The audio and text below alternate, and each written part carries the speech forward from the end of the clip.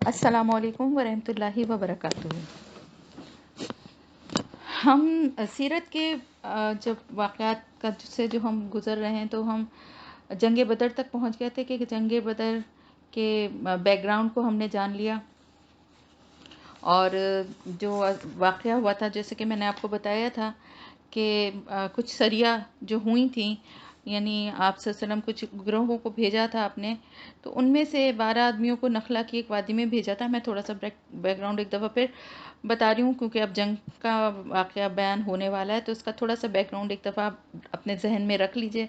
کہ وہاں پر اس لیے بھیجا گیا تھا کہ قریش کے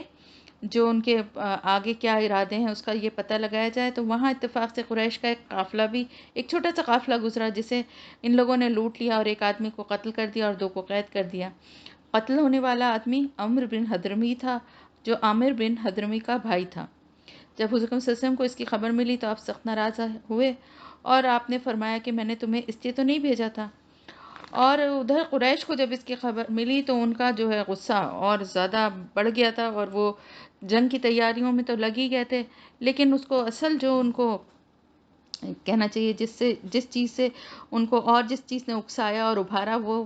قافلہ جو ابو سفیان کی قیادت میں جو قافلہ آ رہا تھا اور جس کے پاس بہت مال و متاع تھا،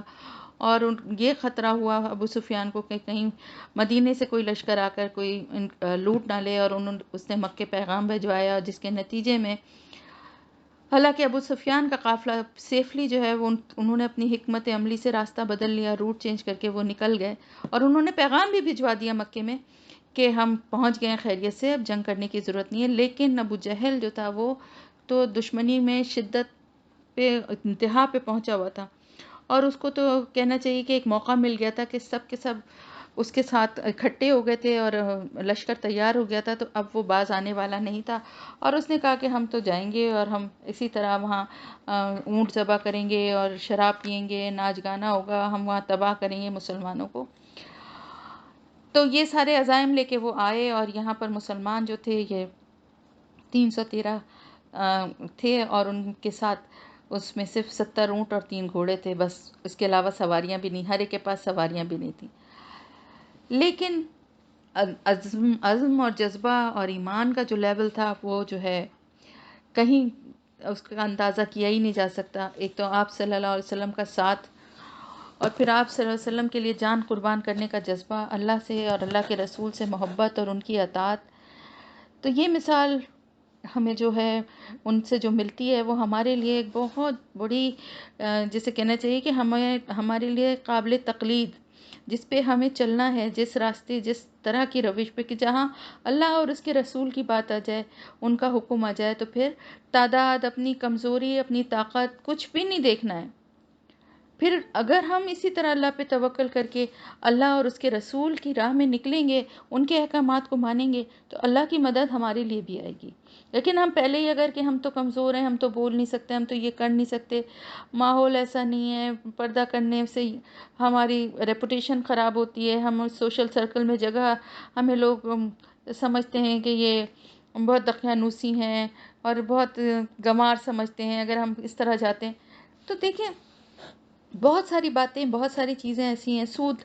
کا کام ہے تو ہم یہ تو جی بہت عام ہو گیا ہے، ہم اس کو تو آپ ہر ایک ہی لے رہا ہوتا ہے اور ہر جگہ یہ نظام چل رہا ہے۔ مطلب یہ ساری باتیں جو ہیں نا، اگر ان سب باتوں کو پر ہم اسی طرح اللہ کا حکم آنے کے بعد ہم اللہ کی بات کو مانیں، اللہ کے رسول کی بات کو ماننے والے بنیں، تو اللہ پاک کی مدد ضرور آئے گی اور آتی ہے۔ دیکھیں، ہم جو بھی ہماری ٹوٹی پھوٹی کوششیں ہیں، ہم جتنا بھی عمل کرنے کی کوشش کرتے ہیں، حالانکہ ہم کچھ زیادہ کرتے بھی نہیں ہیں، لیکن جتنا کرتے ہیں اللہ ہمارے لیے کتنی آسانی والے راستے نکالتا ہے، کتنا مشکلوں سے ہمیں بچا لیتا ہے، کتنی ہمارے لیے جو ہے خوشیوں اور ہماری خوشی اور ہمارے اطمینان اور سکون کی کتنی ہمیں چیزیں فراہم کرتا ہے، یہ اس کی رحمت ہے۔ تو اب ہم جنگ کی طرف آ جاتے ہیں، اور اب جنگ کے بارے میں آپ کو بتاتی ہوں کہ اب یہ سارا بیک گراؤنڈ آپ نے جان لیا تھا پچھلے لیسن میں، وہ میں شاید شیئر نہیں کیا تھا میں آج کر دوں گی۔ پھر دوسرے یہ کہ اب ساری آپ کو میں نے پچھلے والے لیسن میں پورا بیک گراؤنڈ اور یہ سارا کچھ بتایا تھا کہ کس طرح لشکر کو آپ نے کتنے حصوں میں ڈیوائیڈ کیا تھا، اور کس طرح سے کیا جنگی حکمت عملی تھی، اور بارش ہونے سے کیا کیا فوائد مسلمانوں کو حاصل ہوئے تھے، جبکہ کافروں کے حق میں وہ کتنا الٹا ان کے خلاف برے ہی ثابت ہوئے تھے. تو یہ سب ہم کر چکے ہیں. اب ہم آگے آتے ہیں. لشکر کی ترتیب بتاتی ہوں میں اب آپ کو کہ کیا تھی. اور آپ صلی اللہ علیہ وسلم نے لشکر کی ترتیب خود فرمائی. اور آپ صلی اللہ علیہ وسلم جو تھے نا، جس وقت لشکر کو ترتیب دے رہے تھے، یعنی ان کی جگہیں بتا رہے تھے کہ کس کس جگہ پر کس طرح سے خاص اپنے ساتھیوں کو بتا رہے تھے کہ کہاں پر کس کو کھڑا ہونا ہوگا، کس پوزیشن پہ کھڑا ہونا ہوگا جنگ کے میدان میں. اور ساتھ ہی ساتھ آپ جو ہے میدان جنگ میں جب تشریف لے گئے تو آپ نے ایک ایک کر کے قریش کے سرداروں کے نام لیے اور ہاتھ سے اشارہ جگہوں کی طرف فرمایا اور نام لیتے جاتے تھے کہ یہ کل فلاں جو ہے اس کی قتل گاہ ہے انشاءاللہ، اور کل یہ جگہ جو ہے یہ فلاں کی قتل گاہ ہے انشاءاللہ، یعنی اگر اللہ نے چاہا تو. اور اس کے بعد رسول صلی اللہ علیہ وسلم نے وہیں ایک درخت کی جڑ کے پاس رات گزاری. اور مسلمانوں نے بھی بہت پرسکون اور بہت اطمینان کے ساتھ، یعنی ان کے دل بہت مطمئن تھے، انہوں نے بڑے سکون اور اطمینان سے آرام کیا پوری رات. اور انہیں یہ پوری امید تھی کہ صبح اپنے آنکھوں سے وہ اپنی رب کی طرف سے جو ان کے لیے مدد آئے گی اس کو دیکھ لیں گے. اور قرآن میں اس کا ذکر ہے. اب آپ دیکھیے، ہم جو قرآن میں ہم نے تفسیر، میرے ساتھ جو قرآن کی تفسیر والے گروپ میں، ان کو ڈبل مزہ آتا ہے، کیونکہ ہم یہ آیات پڑھ چکے ہیں کہ جب قرآن کی آیت ترجمہ بتا رہی ہوں کہ جب اللہ تم پر اپنی طرف سے امن اور بے خوفی کے طور پر نیند طاری کر رہا تھا، اور تم پر آسمان سے پانی برسا رہا تھا تاکہ تمہیں اس کے ذریعے پاک کر دے، اور تم سے شیطان کی گندگی دور کر دے، اور تمہارے دل مضبوط کر دے، اور تمہارے قدم جما دے. یہ ہم پڑھ چکے ہیں نا، ہم اس کی تفسیر بھی کر چکے ہیں. تو دیکھیں قرآن اور سیرت نبی اور احادیث، یہ ساری چیزیں آپس میں کس طرح سے ریلیٹڈ اور کنیکٹڈ ہیں، جڑی ہوئی ہیں. تو وہی بات ہے کہ مسلمان جو ہیں وہ بڑی سکون اور اطمینان سے سو گئے، لیکن آپ صلی اللہ علیہ وسلم پوری رات جو ہے اللہ سے دعا کرتے رہے اور اللہ کے آگے سر بسجود رہے، سجدہ کیا اور سجدے میں گر کے اور رو رو کے اللہ سے یہی دعا مانگتے رہے. اور آپ کے اوپر اتنا، یعنی قریش کی لشکر بہت بڑا تھا، گو کہ اللہ پہ ضرور توکل تھا، لیکن پھر بھی آپ جو ہیں وہ اپنے مسلمانوں کے لیے حضور صلی اللہ علیہ وسلم دعا کرتے تھے. اور ان کا انداز یہ تھا، ان کو معلوم تھا کہ وہاں پر کس طرح سے لوہے کے زرہیں پہنے ہوئے اور کتنے جنگی سامان سے آراستہ، اور ہر چیز ان کے پاس، سواریاں ان کے پاس، سب کچھ ہیں. لیکن آپ صلی اللہ علیہ وسلم جو ہیں انتہائی خشوع و خضوع سے، یعنی کھوئے ہوئے تھے بالکل، اور دونوں ہاتھ پھیلا کر فرما رہے تھے کہ اے اللہ، یہ قریش کے لوگ ہیں، یہ غرور سے کرتے ہوئے تجھ سے لڑنے آئے ہیں، یہ تیرے دین کی مخالفت پر کمر کسے ہوئے، تیرے رسول کو ناکام کرنے پر تلے ہوئے. اے اللہ، تو نے مدد کا وعدہ کیا ہے، اس وعدے کو پورا کر. اے اللہ، تو نے مجھ سے ثابت قدم رہنے کے لیے کہا ہے اور بڑے گروہ کا وعدہ کیا ہے، بے شک تو وعدہ پورا کرنے والا ہے. اور آپ کا یہ عالم تھا اس دعا کے دوران، آپ کی کیفیت آپ کی ایسی تھی کہ آپ کی چادر آپ کے کندھوں سے گر پڑتی تھی، آپ کو خبر تک نہ ہوتی تھی. کبھی سجدے میں گر جاتے تھے اور فرماتے تھے کہ یا اللہ، اگر آج یہ چند مٹھی بھر مسلمان، یہ چند جانیں جو ہیں یہ مٹ گئیں تو قیامت تک تیرا نام لیوا کوئی نہ ہوگا، تیری عبادت کرنے والا کوئی نہیں ہوگا. ایک طرف ہمارے پیارے نبی صلی اللہ علیہ وسلم اس انداز میں اللہ سے دعائیں مانگ رہے تھے، اور دوسری طرف اللہ تعالیٰ تو آپ صلی اللہ علیہ وسلم کی اور مسلمانوں کی مدد کے پہلے انتظامات اور ان کے لیے پہلے ہی وعدہ بھی کر چکا تھا. ان کی مدد کے لیے فرشتوں کو بھیج رہا تھا. ہم نے قرآن میں بھی پڑھا کہ ان کی مدد کے لیے فرشتے آئے تھے. اور حکمت تو آپ صلی اللہ علیہ وسلم کو اللہ کی طرف سے ملی ہی تھی، اور آپ کی ہمت بھی اللہ تعالیٰ بڑھا رہا تھا کہ آپ راستے میں ابھی جب تھے تو دشمنوں کی تعداد سے ظاہر آپ بالکل بے خبر تھے، تو اللہ نے دشمن کی فوج کو خواب میں دکھایا. خواب میں اندازہ ہوا کہ دشمن تھوڑے ہی ہیں، یعنی اللہ تعالیٰ نے ان کی بڑی تعداد کو تھوڑا کر کے دکھایا، جس سے کہ آپ صلی اللہ علیہ وسلم کا حوصلہ بڑھا اور آپ کے دل کو اطمینان ہوا. اور مسلمانوں نے سنا تو ان کی بھی ہمت بڑھی. یعنی دیکھیں یہ بھی ایک جنگی حکمت عملی کا ایک وہ ہے. یعنی یہ جھوٹ بھی نہیں ہے کہ ایسے اینگل سے اگر دکھایا جائے کہ تعداد کم لگ رہی ہے، جس سے کہ ظاہر ہے دل کو حوصلہ ہوا، کیونکہ مسلمان تعداد میں بہت کم تھے. تو جنگ کے دوران بہت سی حکمت عملی، بہت سی تدبیر جو ہیں وہ اختیار کی جاتی ہیں. تو اللہ تعالیٰ نے اس طرح سے آپ کا حوصلہ بڑھایا اور مسلمانوں کا بھی حوصلہ بڑھایا، اور وہ بغیر خوف کے، بغیر کسی اس کے بڑھتے چلے گئے. اور کافر جو تھے ان کو مسلمان، جب دونوں فوجیں آمنے سامنے ہوئی تو مسلمانوں کو کافر تھوڑے دکھائی دیے اور کافروں کو مسلمان زیادہ دکھائی دیے. تو مسلمان تو کافروں کو زیادہ نظر آنے لگے، لیکن جس سے ان کے اوپر ہیبت ہوئی. یعنی وہ تو انہوں نے بھیجا تھا اپنے ایک آدمی کو تعداد، مسلمانوں کی تعداد کا اندازہ لگانے کے لیے، تو وہ چھپ چھپ کے گیا اور اس نے جا کے جائزہ لیا، اور اس نے آ کر کہا کہ 300 کے قریب مسلمان ہیں، ان میں 70 اونٹ ہیں اور 3 گھوڑے ہیں. یعنی زیادہ کوئی تعداد میں نہیں ہے. لیکن اس نے ساتھ ہی یہ بھی کہا کہ قریشی بھائیوں، یہ جو انسان ہے نا، یہ اپنے ساتھ موت لے کر آئے ہیں. مدینہ کے جو اونٹ ہیں یہ موت کی سواریاں ہیں. تم لوگوں کو ایسے اب لوگوں سے پالا پڑے گا جو تلواروں کی گود میں پلے. دیکھ لو کہ وہ چپ چاپ رہتے ہیں، کچھ بولتے نہیں، لیکن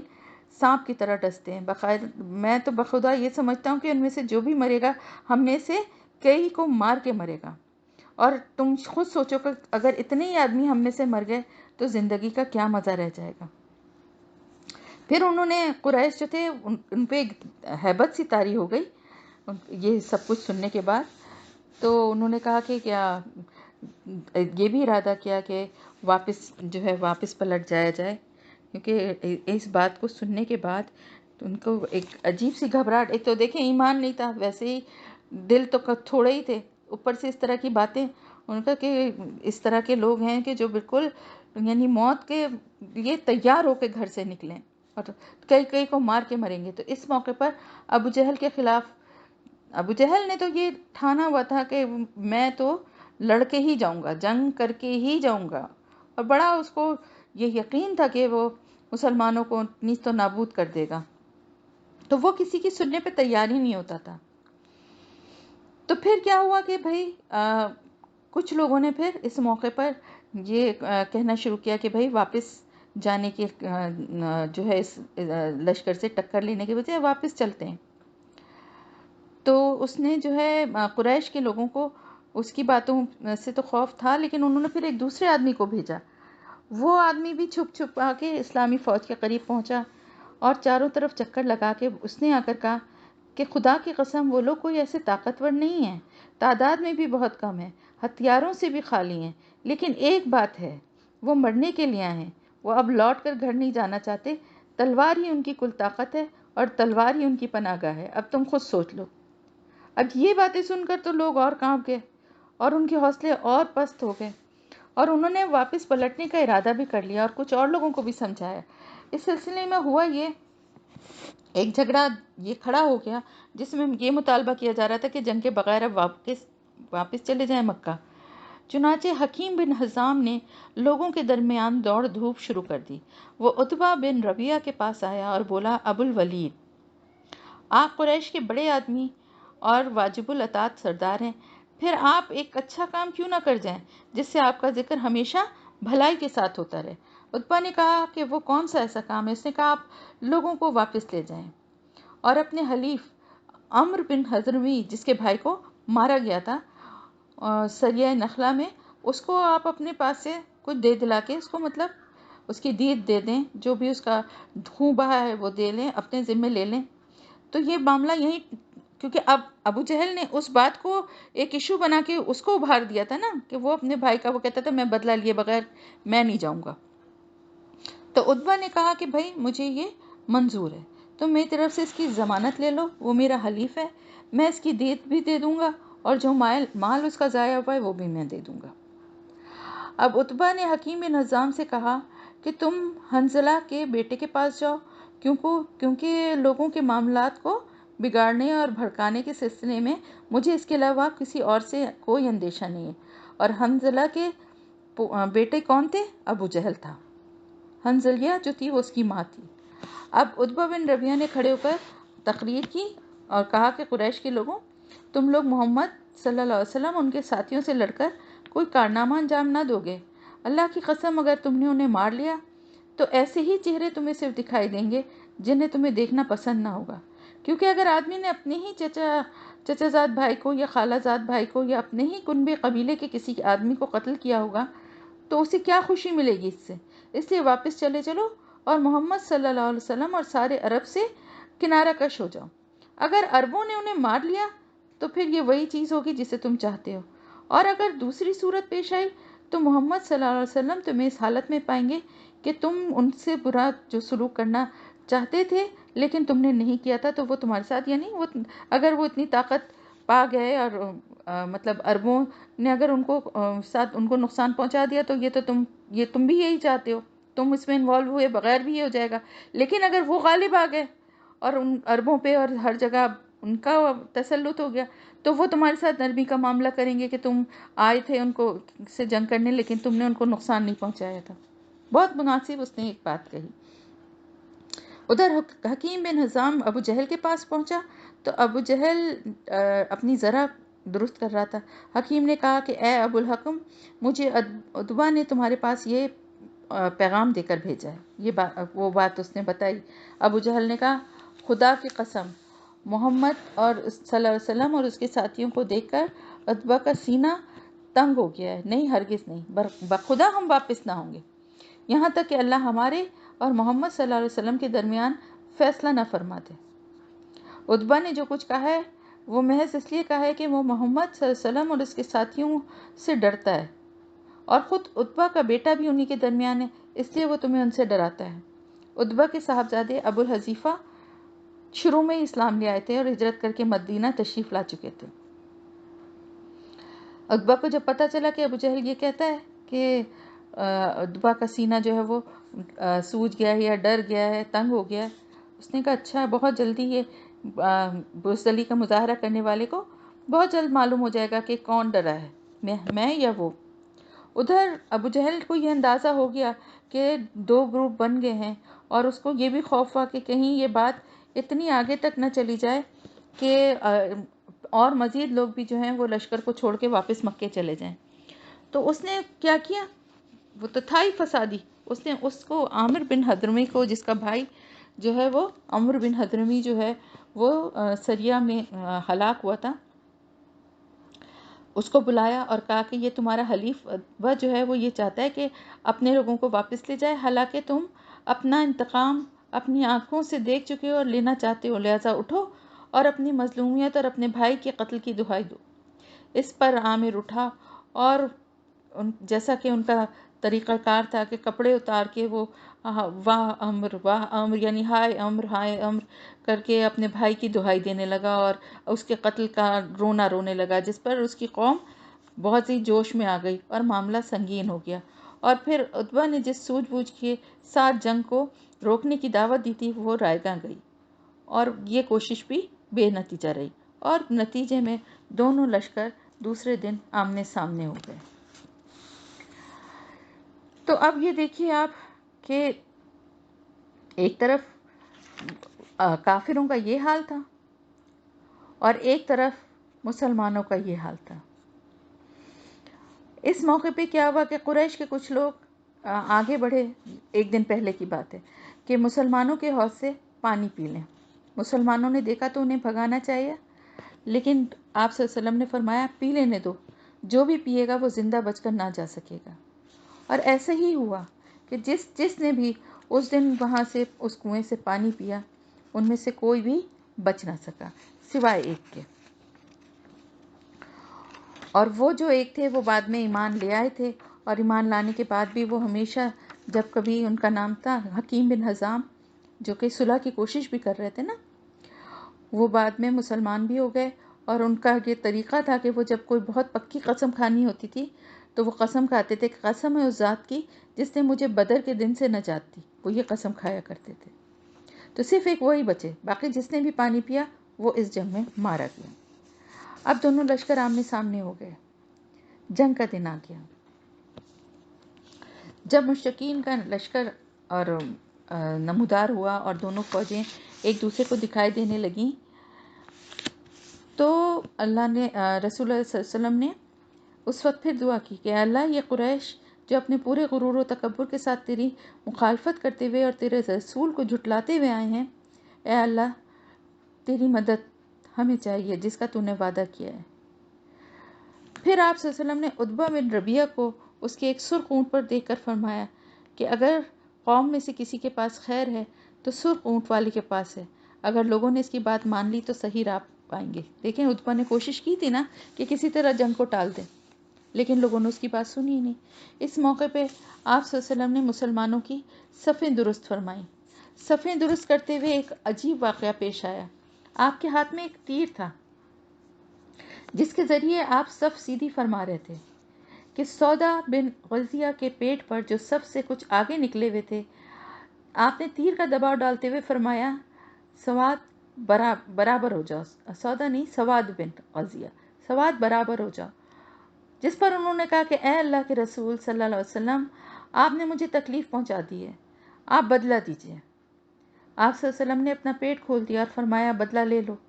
سواد آپ صلی اللہ علیہ وسلم سے چمٹ گئے اور آپ کے پیٹ کا بوسہ لینے لگے۔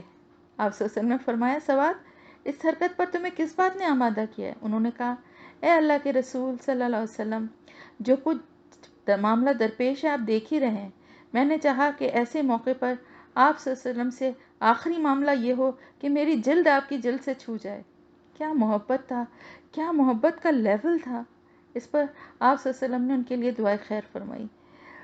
یقین کریں یہ سب کچھ جب میں بتا رہی ہوتی ہوں اور جب پڑھ رہی ہوتی ہوں، دل کی ایک عجیب سی کیفیت ہوتی ہے۔ محبت کا یہ عالم، یہ جذبہ دیکھیں، ہم بہت دعوے دار ہوتے ہیں، بڑے دعوے کرتے ہیں آپ صلی اللہ علیہ وسلم سے محبت کا۔ کہاں ہے ہماری محبت؟ کس لیول پہ ہے ہماری محبت؟ محبتیں تو وہ تھیں کہ آپ کے لیے جان قربان کرنے کا حوصلہ تھا، آپ کے ایک اشارے پہ آپ کے لیے بھی کیا